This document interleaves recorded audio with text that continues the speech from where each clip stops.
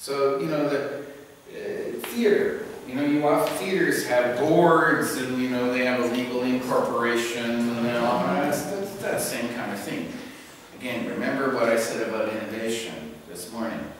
You don't have to invent something new, you just have to take something that already exists and apply it in a new situation, in a new opportunity. Social enterprises are like that. Social enterprises are businesses, and they use the best business practice, particularly in terms of capital, borrowing money, owning things, operations, and marketing.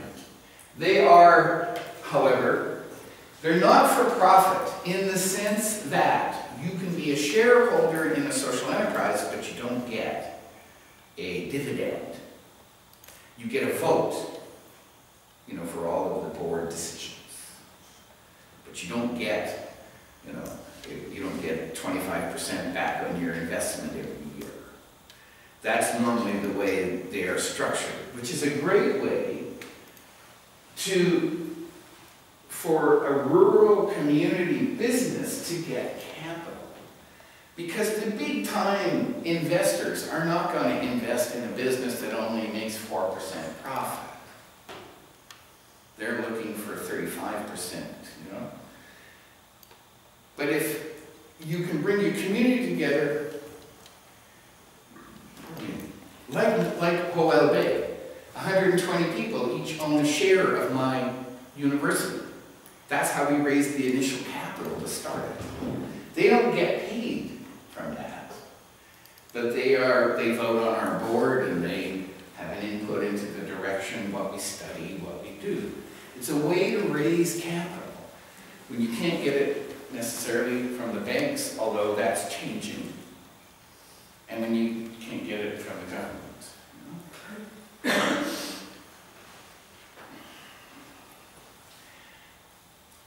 As a social enterprise business, they can operate on smaller profits, smaller margins than most private businesses because they don't have Li Ka-shing as their major investor who demands 12% return on any money. So they can either deliver a higher quality product or service for the same price, or they can survive in a sector where a profit-making company would not survive. And that's particularly relevant for rural places. Places in which, say, the costs of transportation are very high. Islands, those kinds of things, distant places. Now, as an organization, as a proper legal business run by volunteers, they can hold community assets, they can engage in asset-based community development, which I will talk probably more than you want to hear about tomorrow. But what's important is they provide stability and sustainability to volunteer activities. In Norway, we have this great thing. It's called dugnad. And dugnad coarsely means volunteering. But the idea is that until they discovered oil in the 1970s, Norway was the second poorest country in Europe. Poorer than Portugal. And people live everywhere in Norway. You know, in Sweden, they basically made everybody live in the bottom quarter. In Norway, it's a policy that there are people everywhere, which means there's not very many people anywhere except for Oslo.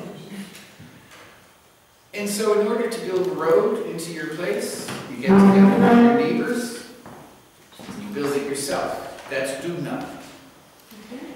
If you need to build a barn, your whole family and friends get together and they work for a month, that's dugnad. Yeah. In the Anglo world, we think of volunteering as something noble and something kind of rich people do. The idea of dugnad is, no, it's what poor people do.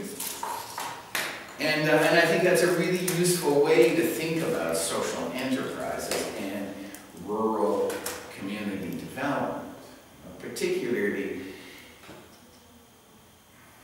I'll come to that, but particularly in remote rural areas. Now, social enterprises have been particularly dependent upon changes in the developed world. Changes in the economy, like the rise of the neoliberal capitalist system. The retreat of government from providing services. The range of things that people want to do. All of those social, economic, political changes have actually created a very fertile soil for social enterprises. And so, you know, here, as Czech society changes, I think that the opportunities for this will continue to grow. You know, and one of the great things about working internationally is you discover that everybody is kind of the same, except for they're all at different stages of being the same. You know, remember I said, you know, vegetarian food co-ops in Canada in the 1970s. I'll tell you what, when I moved to Bristol in 1995, it was like moving into a food desert. Oh my God. Green things? Vegetarian food in a pub? Not a chance. It was like going back 20 years. And over the 15 years I lived in the UK, it caught up. And now there's gajillions of vegetarians and TV shows about how to make the best vegetarian food, and heroes, you know, veggie heroes, local food. And you may think I'm exaggerating, but I did some research on farmers markets, you know, where farmers bring their stuff and sell direct. When I moved to Britain in 1995, there were only 7 farmers markets left. Because every town used to have a farmer's market. That was the main distribution network. There's now 325 in Britain since 1995. So it's like, boy, you know, I can get fresh cilantro and I can, you know, I can cook whatever I want. And then I moved to Norway. It was like moving back 10 years again. So one of the great things about my job is that for me, a lot of this stuff is blindingly obvious because I went through it 25 years ago in Canada. And I think when I look around and I talk to people here, I think that there still is a lot of opportunity for growth in this part of the economy. And there's no reason why you as rural entrepreneurs, as community entrepreneurs, shouldn't be able to take advantage of this. Political background, neoliberalism. Do we understand what I mean when I say neoliberalism? All that matters is money, small government. Margaret Thatcher, there is no such thing as society. That's neoliberalism. It's not liberal, it's neoliberal. And there is a difference which we don't need to get into at this point. But you know, all of the past economic history, everything from, you know, the transition societies, you know, through to what happened in the so-called advanced capitalist economies. Because they don't stop changing. Capitalism, I mean, Marx was wonderful on this, right? I mean, you read the Communist Manifesto, 1852, he says, capital comes between a king and his people. Capital comes between a priest and his flock. Capital comes between a father and his son. And damn, he's right, you know? I mean, it just keeps changing because it's so competitive. Inside capitalism itself, there is that change. They're fighting with each other, like the story I told earlier about truck driving. You know, the world that I grew up in was a world of Fordist vertical integration, where the companies owned everything. The bigger they were, the more money they made. By 1985, horizontal integration, they didn't own anything, because they could make more money. And so you always have this change, which, as a canny, smart entrepreneur, you want to know about, because this is always making opportunities. Another thing that's really important is the rise of the service sector. You know, I was raised by a Northern English father who expected me to work in a factory. And I was taught those kind of skills at, 8 years old, how to use wrenches, how to weld, how to do all of those industrial processes, how to be tough, how to throw my body at big, heavy, ugly things and not stop working, because that's what it's like working in a steel mill. Unfortunately for my father, the world changed, and the chances of me working in a steel mill are not very good, because all of those jobs now are automated and digitized. And you'll hear Lucia is going to talk about farming and rural development. Farming is terrible for rural areas because it doesn't create many jobs. They just buy bigger machines. Where I have a film from Norway, and it's a recreation of horse farming. And the period they're recreating is the early 1960s. And on a small Norwegian farm, they have 3 horses and 8 people working. And they all come together for supper every night on the farm. And the farm wife makes this big supper, and they all sit around the table, and there's the grandfather who owns the farm, there's the son who's running the farm, there's the brothers who work on the farm, and then the laborers. Now Norwegian farmers work alone in a tractor. They're lucky if they can stop at McDonald's on their way home from a field that's 10 kilometers away from where their home is. It's changed enormously. Where are we employed? We are now employed in the service sector. And remember what I said about social enterprises, delivering services that either the public or the private sector no longer deliver. This is where wealth is being made, in the service sector. And so, mountain biking, recreation and leisure, one of the fastest growing economic sectors in the world. Do you know what the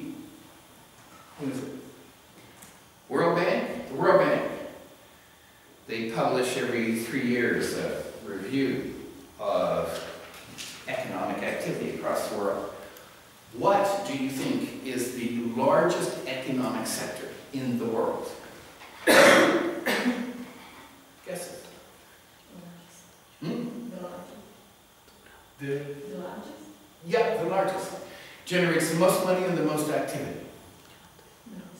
France. Yeah, that's a good guess. Others? War. War, yeah, well, funny they don't put that as a category, but you're absolutely right about that. Military industrial complex, probably. Petroleum? No. Tourism. Tourism generates more money and more economic activity than any other sector in the world economy. That's the service sector.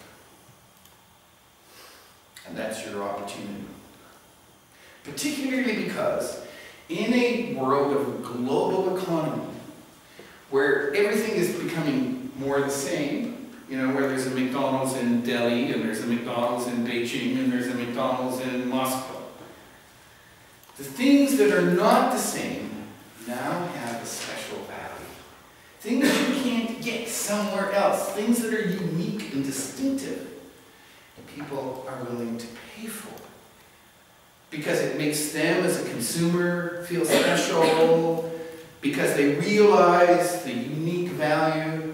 So rural places, which once used to be seen as being backwards, inbred, hillbilly, get out of here as fast as you can, are all of a sudden delivering unique experiences, special food, unique services and goods that can't be gotten anywhere else. And in this global economy, it now has special value, extra value. So, you can buy Scottish beef. It's labeled Scottish beef. But you can also buy my friend's brown heather mountain beef, which is left outside all year long and only eats the heather on the mountains. You pay more for that because it's special. And it's been out in nature and all of that stuff, right? So, there are these business models. It's not just communities that do this. If you look at the way that the producers of things like food work, They're always coming up with a new product that's special, that's got some unique feature that distinguishes it from everything else. Well, you know, we live in rural areas. They're pretty special. They've got nature, they've got beauty, they've got clean air, it's got greenness. It's identifiable. There's opportunities in this. Even more. Yeah, okay, I'll say this now.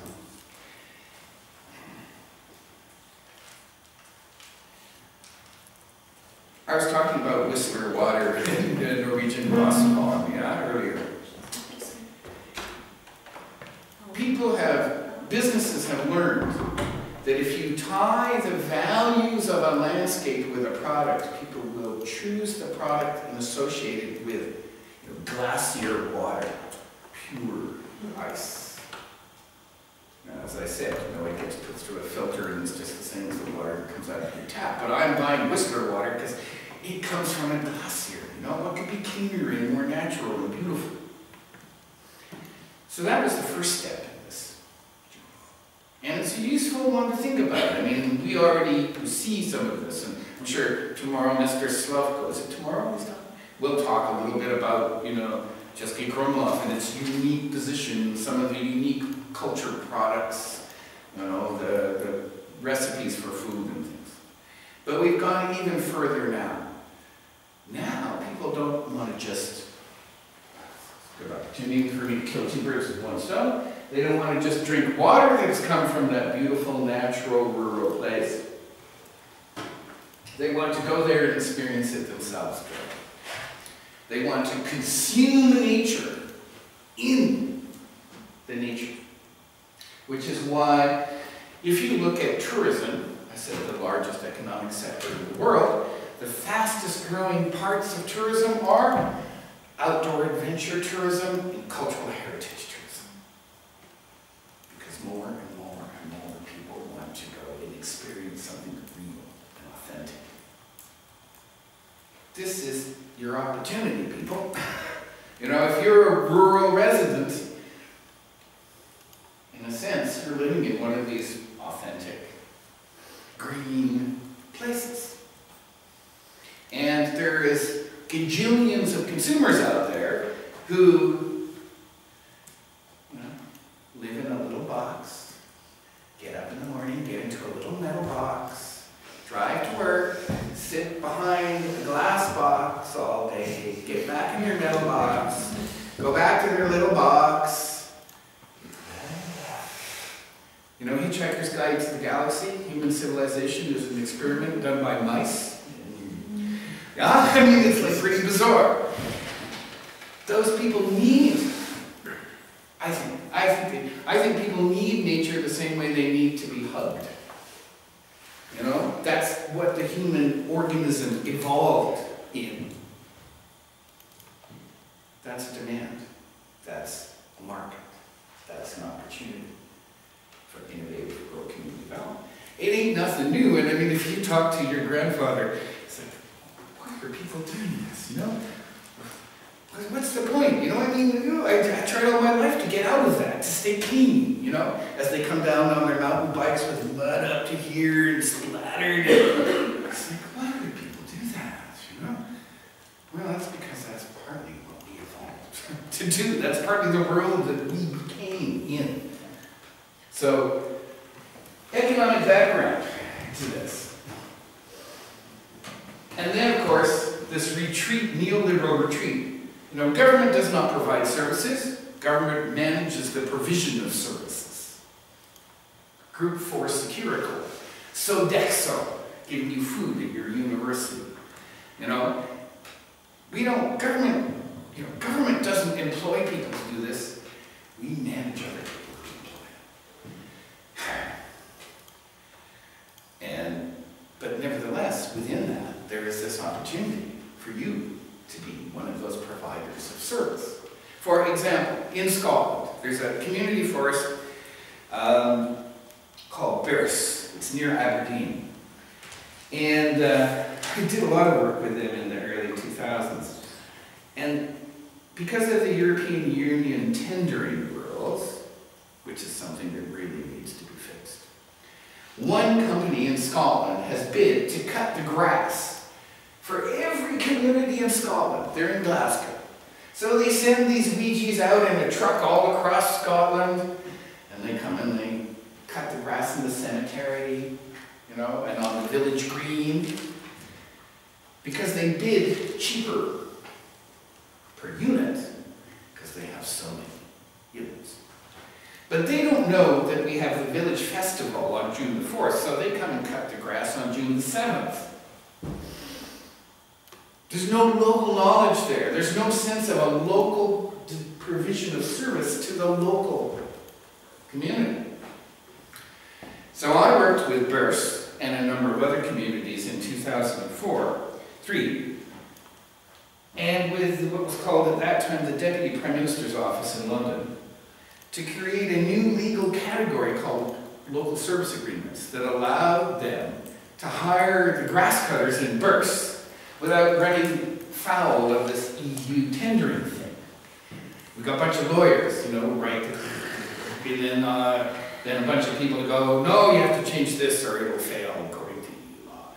But eventually we came up with these local service provision agreements that allows local communities to deliver local services cheaper, actually, and better. This is all against the background of governments not really being able to supply everything, but somehow thinking that you should still have massive corporations do it. The costs of that are becoming apparent, and it's creating opportunities. Gaps which have opened up in the market for the provision of public services and the acquisition and development of public goods. This is where community social enterprises operate. So my friends in Abriacan Community Woodlands created a forest classroom, and they delivered remedial services to young offenders in Inverness. You know, these kids are, you have a choice. You can go to court or you can go to Abriacan. I'll go to Abriacan. They deliver outdoor education to primary school kids. They can't do it in the schools. They have way too many rules, way too many regulations, and nowhere near enough teachers. So instead, the community provides that very specific service to the surrounding school districts. These are where the opportunities lie in this kind of social enterprise thing. The other really interesting support for social enterprises, community enterprises, is the discourse of sustainability. You know, sustainability is your trump card. It's the winning hand, you know, when you're playing cards. Because after, you know, what's her name, Gro Harlem in Rio, and then all the various UN and intergovernmental task forces on the environment and sustainability, we now have European governments who have actually signed up to sustainability indicators and who have agreed that if we don't make our targets, we will pay a fine. So Abriacan Community Forest bought their land from a grant provided by the UK government to help achieve its biodiversity target, because it's cheaper to give £350,000 to Abriacan to buy a forest than it is to pay £12 million for not meeting your biodiversity target. Abriacan Forest Trust paid that loan back by planting 2,500 trees a year for 5 years. So then the government says, look, carbon neutral, we've been planting trees. Yeah. There are opportunities in this for communities, for rural communities. And of course, there's always a discourse of democracy, right? Usually the discourse is a little more stronger than the actuality, right? But there's no reason why you can't. There's an English expression which is actually from the French, which is hoist them by their own petard. Hang them by their own noose. If they say we're going to be sustainable, say, well, how many things? We'll help you. Just give us a little bit of money. You know? We'll help deliver these things. You know, that's my job. As a rural community development consultant, I translate government language for the communities, and I translate community language for the governments. And so I say to the government, if you give these guys the money to build 2 wind turbines for their village hall, they will contribute to you having alternative energy. They get what they want, you get what you want, and, because this is the thing about getting money out of the government, you don't normally deal with the elected politicians, you deal with the civil servant bureaucracy. And I would say, and your boss is going to be really happy because they're going to vote for him. Because they're going to be happy rural communities because they got a wind turbine. But I mean, if you really want to be,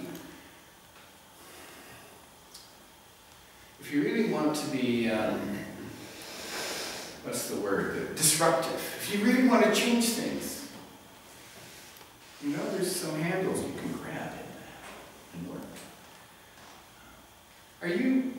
Is it hot? Are you warm? I'm finding it very warm. Is it possible? Can we open it? Yeah. I mean, how can you guys stay awake when it's like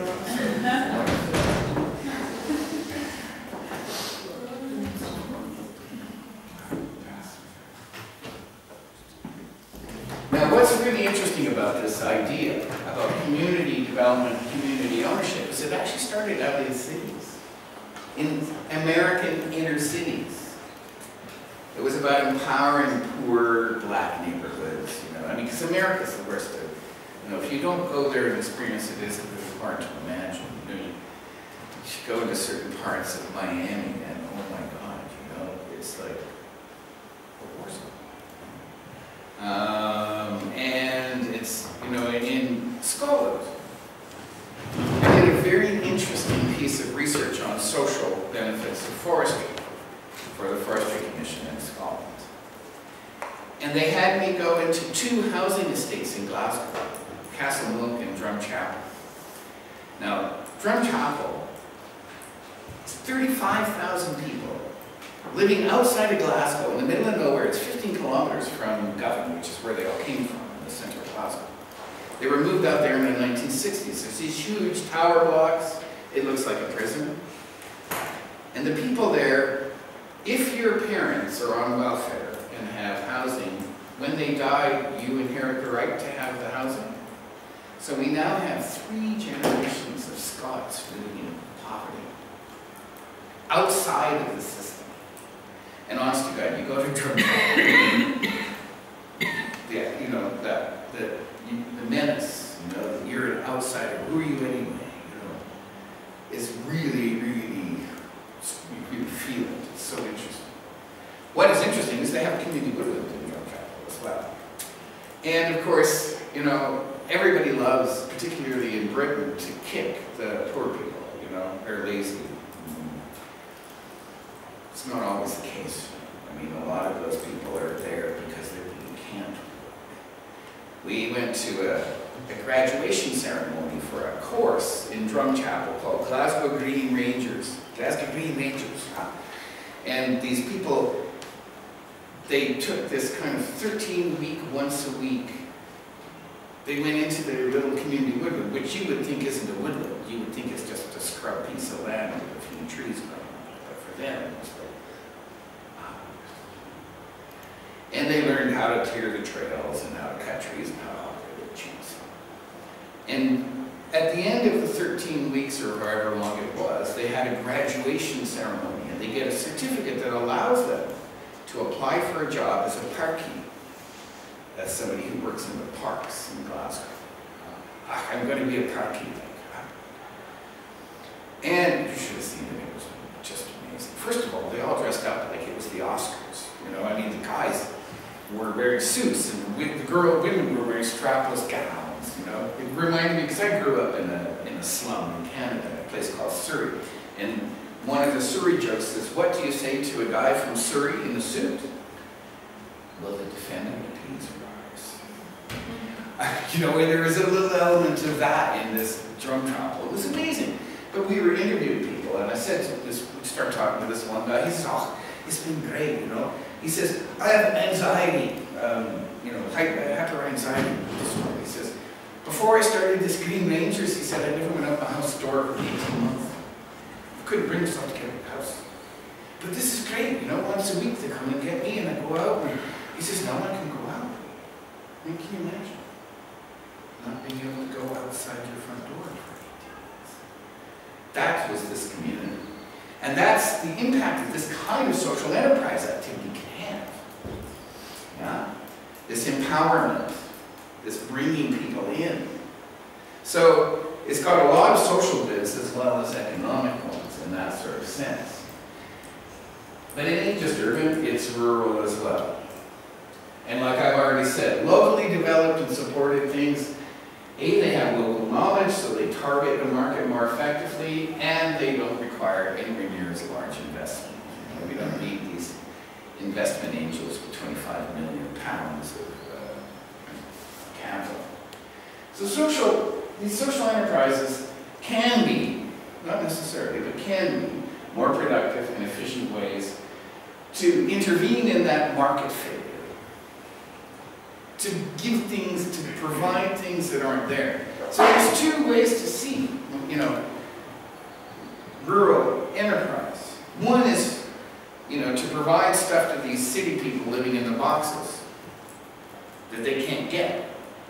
And the other is to provide things to your rural community that you can't get and create jobs.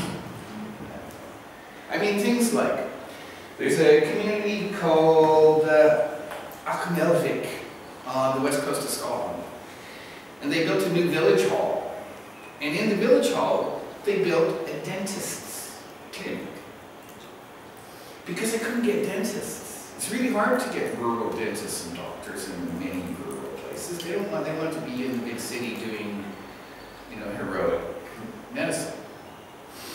It's a real problem. Rural medicine is a real challenge. And there are whole departments of rural medicine which are trying to change this. So what they did is they built a dentist clinic, and they said, hey, if you're a dentist, if you come here once a week, you can use the clinic for free. So suddenly they have dental service for the kids that they never had before. And so somebody gets employed as the dental assistant who lives in Achmelvik, but the dentist comes in from Glasgow. There's so many things, you know, if you identify what's missing. There are, if you think laterally, if you think out of the box, there are ways to provide that, and by doing that, to create economic activity, jobs. Another community I worked with created podiatry, you know, toes, cutting your toenails and manicures. Like for old people, you know, it's a real challenge. And the government stopped paying for podiatry under the health service. Many old people are too poor to pay £30 a time to have a pedicure. So they started a social enterprise delivering foot services to elderly people in the Dundee area. And it's hugely popular. They're booked way too far ahead that, you know, somebody gets paid £20 an hour to go around and do people's toenails. Because the government don't do that. That's another place, you know, where these kind of opportunities exist. So, you know, if you look at the context, if you think about Europe, you know, the common agricultural policy, and the fact that they're trying to make it smaller and smaller and smaller, and what I said earlier about farming being a business of high capital investment in bigger and bigger machines and fewer people. There is a real need for this kind of thing, to diversify the local economy. Because you can't rely on big farming, big business, big industry. And even if you do, I mean, in Canada we have this thing they call single industry towns. You gotta love it, you know. It's, you go like Flin Flon, Manitoba. I always love that name, Flin Flon. It's a single mine. I think think they mine molybdenum and steel and iron or something. 40,000 people, one employer. And when everything's going good, good union jobs, everybody makes good money, everybody buys new cars, they got the latest stereos, no doubt now they have the latest iPads. But if that industry suffers any kind of collapse, the whole town is seriously screwed. We have some of these on where I come from, on Vancouver Island, and Port Alberni, which was a forestry town. After the forest industry declined, you could buy a house for $25,000 because nobody wanted to move there.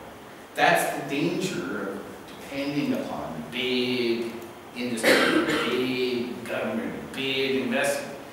Far better for a rural economy to have multiple sources, small sources of income, and it's also much more sustainable. It's more flexible, it can be smaller. So, I've already gone on about this. The other place, and we're going to talk about this much more tomorrow. You remember what I said about outdoor adventure tourism and cultural heritage tourism? Well, that is part of what is now called the experience economy.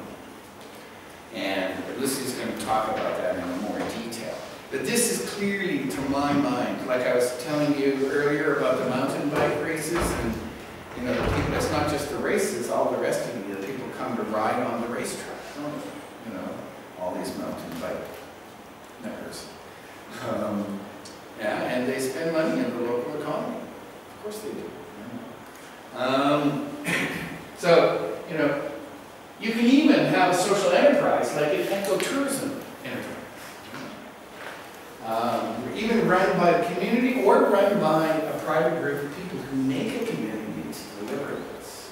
So, for example, and I'll talk about this tomorrow as well, in the Western Isles of Scotland, you have these amazing small producers of vegetables, lamb, free-range chicken, seafood, and you have some we have 3 Michelin star restaurants in the Western Isles.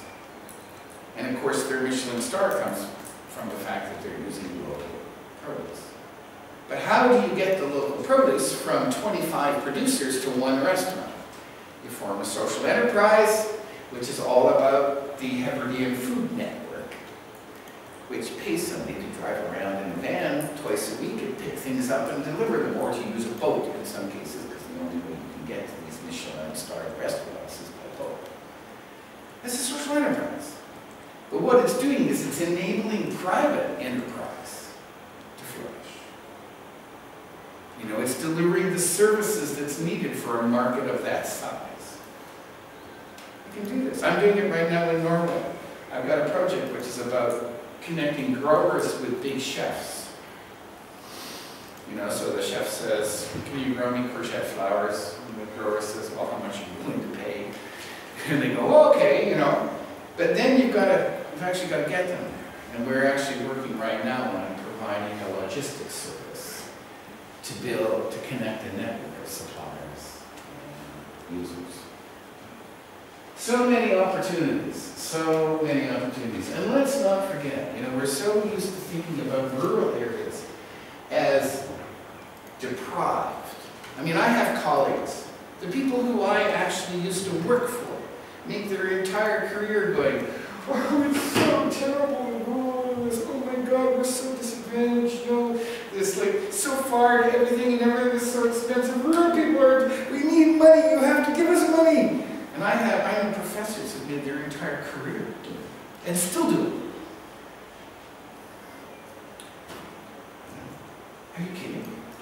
There's so much opportunity to take advantage of. And that's what this is about. That's what this course is about, but that's also what is the increasing realization in the field of rural development research. Rural places have a higher level of small and medium scale enterprises than cities do. Statistically, if you look at the statistics, There are more small and medium scale businesses. There is more clear activity and multiple part-time jobs. There are greater levels of self-employment. Certainly in rural Britain, that's the case. In terms of what we're talking about, this is an advantage. People know how to do this. People know how to be self-employed. They've had no choice. Or at least, when we think about self-efficacy, we think about, vicarious learning. Well, my neighbor does it, and my uncle does it, and people have been doing it, so why can't I do it? So there's so much positive about rural places all across. I think this is interesting, the private sector as well. In Scotland, banks are closing up all the time. People don't use banks anymore. It's like they're taking away all of the public telephones as well, because people don't use payphones. Right? And of course, until an emergency happens and somebody doesn't have a mobile phone, and then the newspapers are full of horrible stories. But remember, I made a little bit of a joke earlier on about the pubs closing. In Britain, well, it's like this. It's like here. Pubs are important. In Norway, pubs are not important. It's very funny. I live an hour's drive south of Stavanger, in a rural area, and there are 3 pubs between my house and Stavanger. The 4th one closed a month after I moved there because I had no customers. Norwegians don't do pubs. But Brits do, and I have a feeling the Czechs must as well. At least, certainly, I keep getting taken to our pubs, yes, every time I come here. But, so, in some of these remote Scottish and English communities, as the last pub no longer, as the old proprietor of the pub retires and nobody steps in to buy it, the community has stepped in to buy it. And there are now at least 24 community-owned pubs in rural villages, because it's the only social space in the entire village. And what they do is they often combine it. It's a place for weddings and celebrations, and maybe it has. Also in Scotland, I know of at least 10 community shops where the last shop in the village closed. And the community said, well, we can't have this. So they bought the assets, and they now run it as a kind of cooperatively run. And what they do is they take all of these things I've been talking about, and they incorporate it into the community shop. So it's not just a place you go and buy Coke, Coca-Cola. It's also where the local suppliers can sell their wares, and it's also the post office. And maybe it used to be it was the only place you could get internet. Now that's kind of changing, but whatever services people need, the community shop will deliver it. Maybe there's no social space, so they have a little coffee where people can sit and talk. If there is market failure, the community, you, can come together and address some of those failures. Now, maybe you can't do it by just opening a pub by itself, but if you have a pub and a wedding venue and maybe invite a restaurateur to do something and then have some suppliers and who knows what else, add it all up. You can do that. It's happening now, and you can find many examples of it. And you can get EU support for this kind of thing. It's called Sustainable Rural Communities. So, it addresses a combination of social, environmental, and economic development outcomes, but centered around the community, not around shareholders and profit makers. And, away you go. I think that in every, I have no doubt that in every country a social enterprise is different. I did some research. In fact, I created a master's course for a University of Highlands and Islands in social enterprises 8 years ago. And it was part of a European grant, of course. for a network, a European network of social enterprises. And so I got to visit Belgium, Italy, Denmark. Now, we went to visit the headquarters of the Italian Social Enterprise Network, which was in Calabria, down in the very bottom of the soul of the Italian boot. And it turns out that nearly all Italian social enterprises produce food. They don't deliver medicine, education. They produce, these kind of geographic indicator olives, or a special food from a local region. It's kind of basic. And then they employ unemployable people to do it.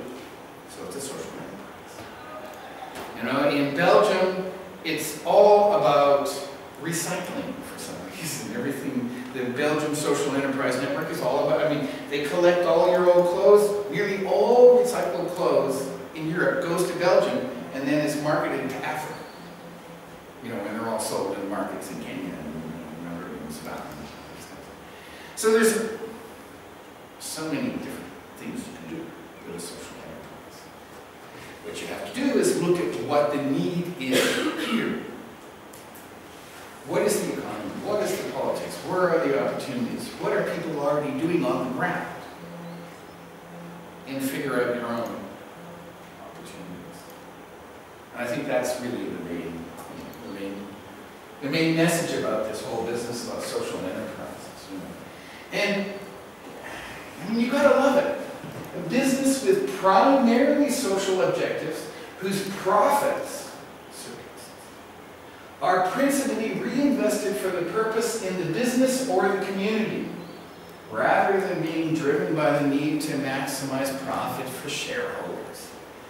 How much sin has been done in the need to maximize profit for shareholders? How much sin has been done to the environment? How much sin has been done to poor people? Actually, the really cool thing is in Britain, they now have,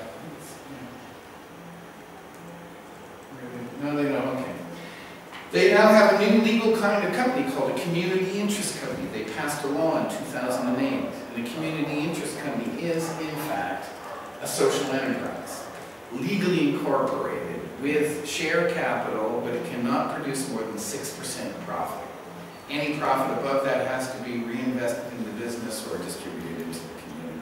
And there are now, in 2011, there were 32,000 community interest companies in Britain. I think we need more of that. That needs to be considered by your legislators and every European legislator, because it's such an. Don't governments get this? You have vital rural communities without the government having to invest money in it. It's a no-brainer in that sense, isn't it? However, of course, the big corporations go, but it's going to be competition. Funny how they're scared of competition. So, social enterprises. Here's some examples that I have directly worked with. Retail shops, pubs, community cafes, marketers of local food. There's some great ones.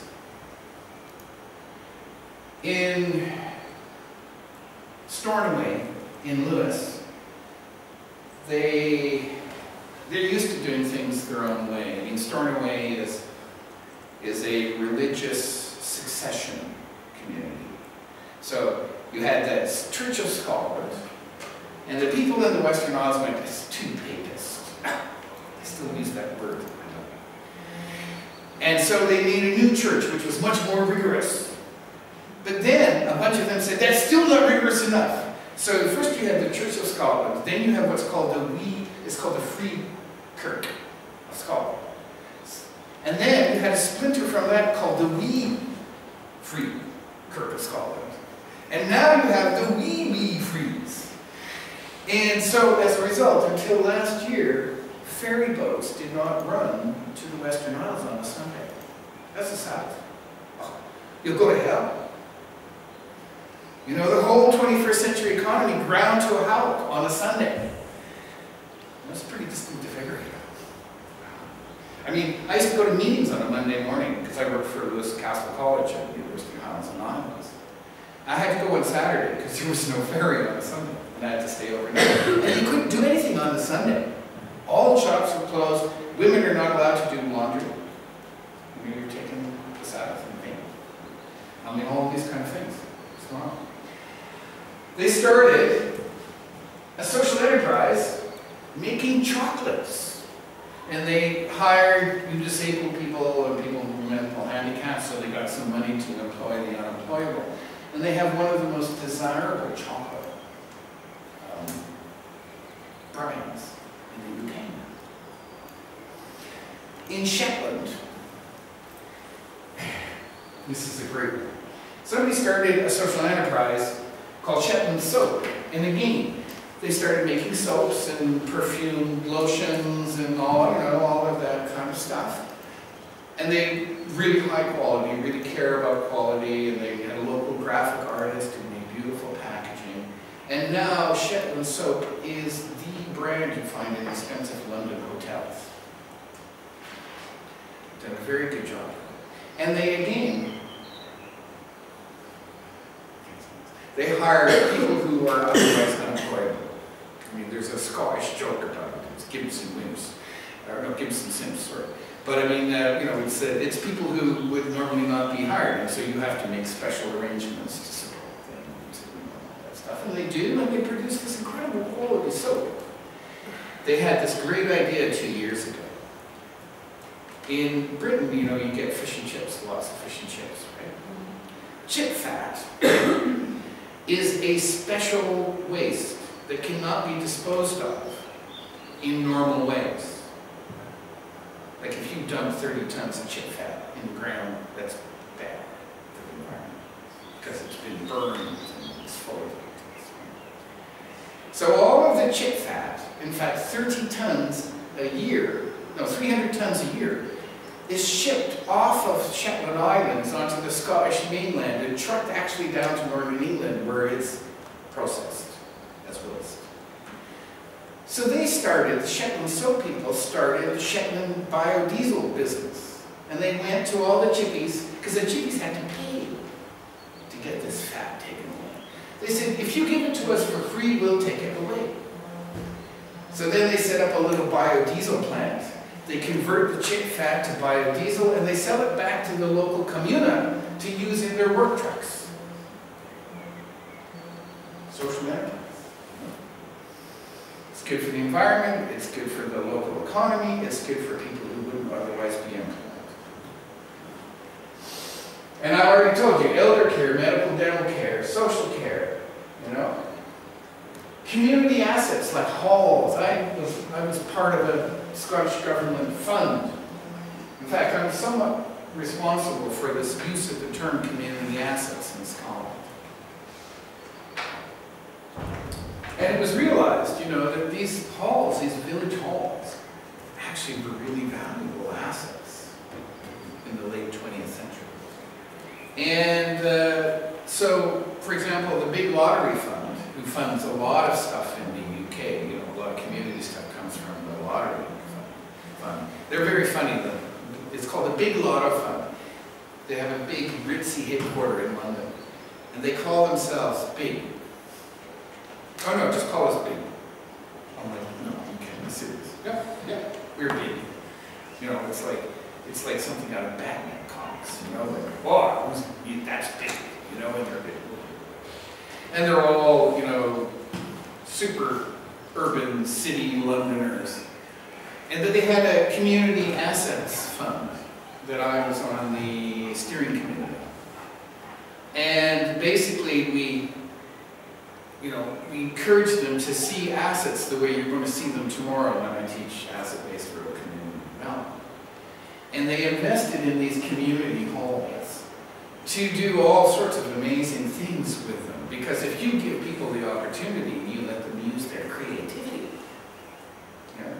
what do you need here? How can you provide it? Who wants to do it? I mean, talk about an oversubscribed fund. They probably had applications for 3 times as much money as they actually had to give away. So all of these things you know, create, I mean, how does the lottery work here?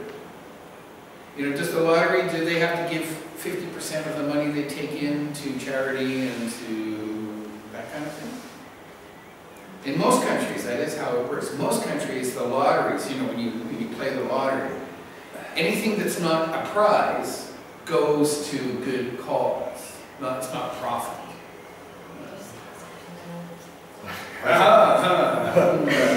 Something needs to be done here. It's opposite. It was lost here. Right. Okay. But the reason I point this out is because it's an unlikely source of rural development funding. But if you think out of the box, there are other unlikely sources of funding as well. American foundations that are investing in biodiversity around the world. Well, we've got just the biodiversity project here in think out of the box. So, social enterprises, they're a way that people in communities work together to make their lives better. They provide jobs, they provide services, they provide goods, they deliver sustainable development, and they are a direct response to the current regulatory and economic regimes that are happening across the world. So, yes, you know, I like to say the answer is D, all of the above. You know, when you have those multiple choice questions, A, B, C, D, and it always says D, all of the above. When it comes to rural development, private businesses, NGOs, social enterprises, all have a role to play. So when you're thinking about rural, innovative enterprise, you know, you have a really broad palette, you know, like a painter of different things that you can use, you can mobilize yourselves to get and do. And so you come all the way back to innovation, courage and creativity, think outside the box. Well, this is the, you know, this is the whole palette of colors that you can think outside of the box with. There are a lot of opportunities.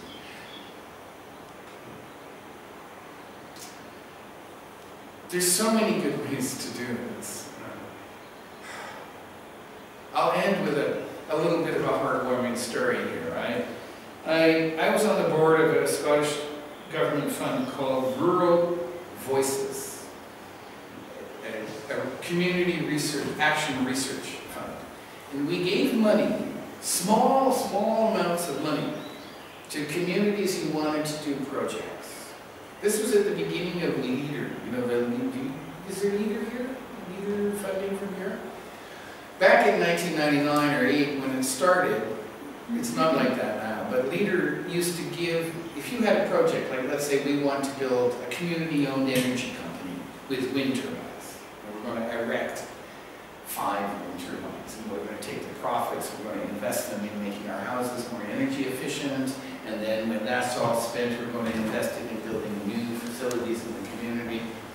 Great idea. However, before we give you the money to do that, we're going to give you enough money to spend a year consulting with your community to make sure that they think this is a good idea and that they're all behind you on board.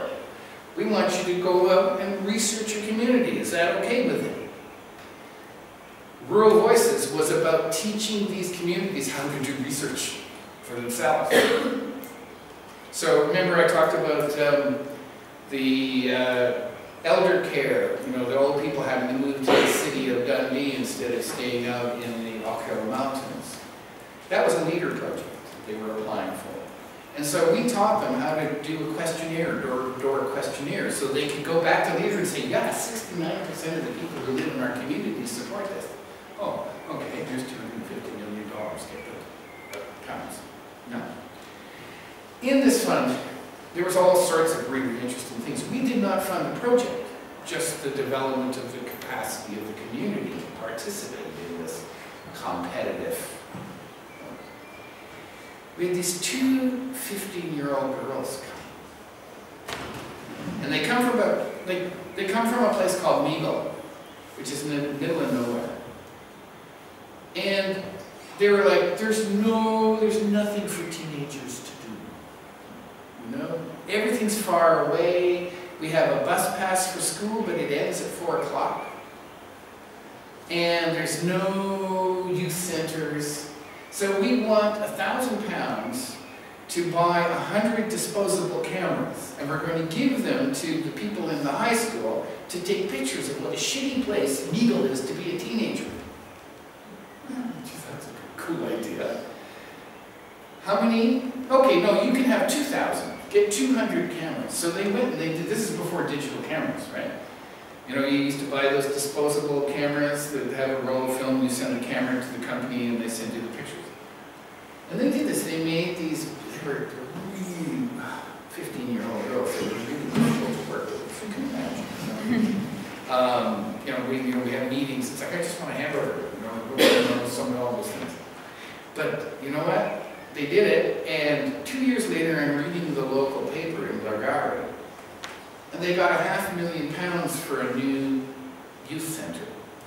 And they got the bus pass limit changed till 10 o'clock at night.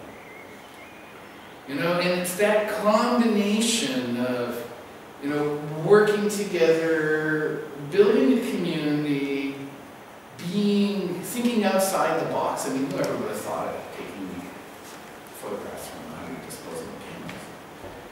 And that's the opportunity that sits before you, in terms of being rural community innovators.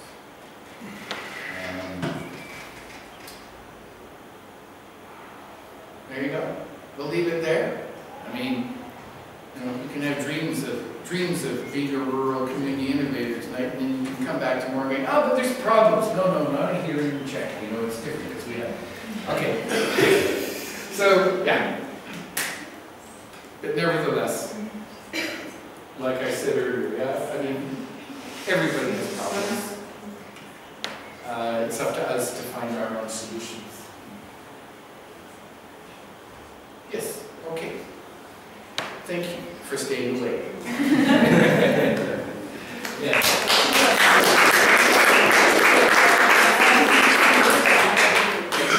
And that is us, yes.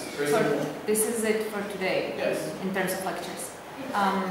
So guys, you have now 1.5 hours to get ready to be accommodated on your hostels. And then we can meet, let's say 10 to 6 on the second courtyard, just in front of those doors.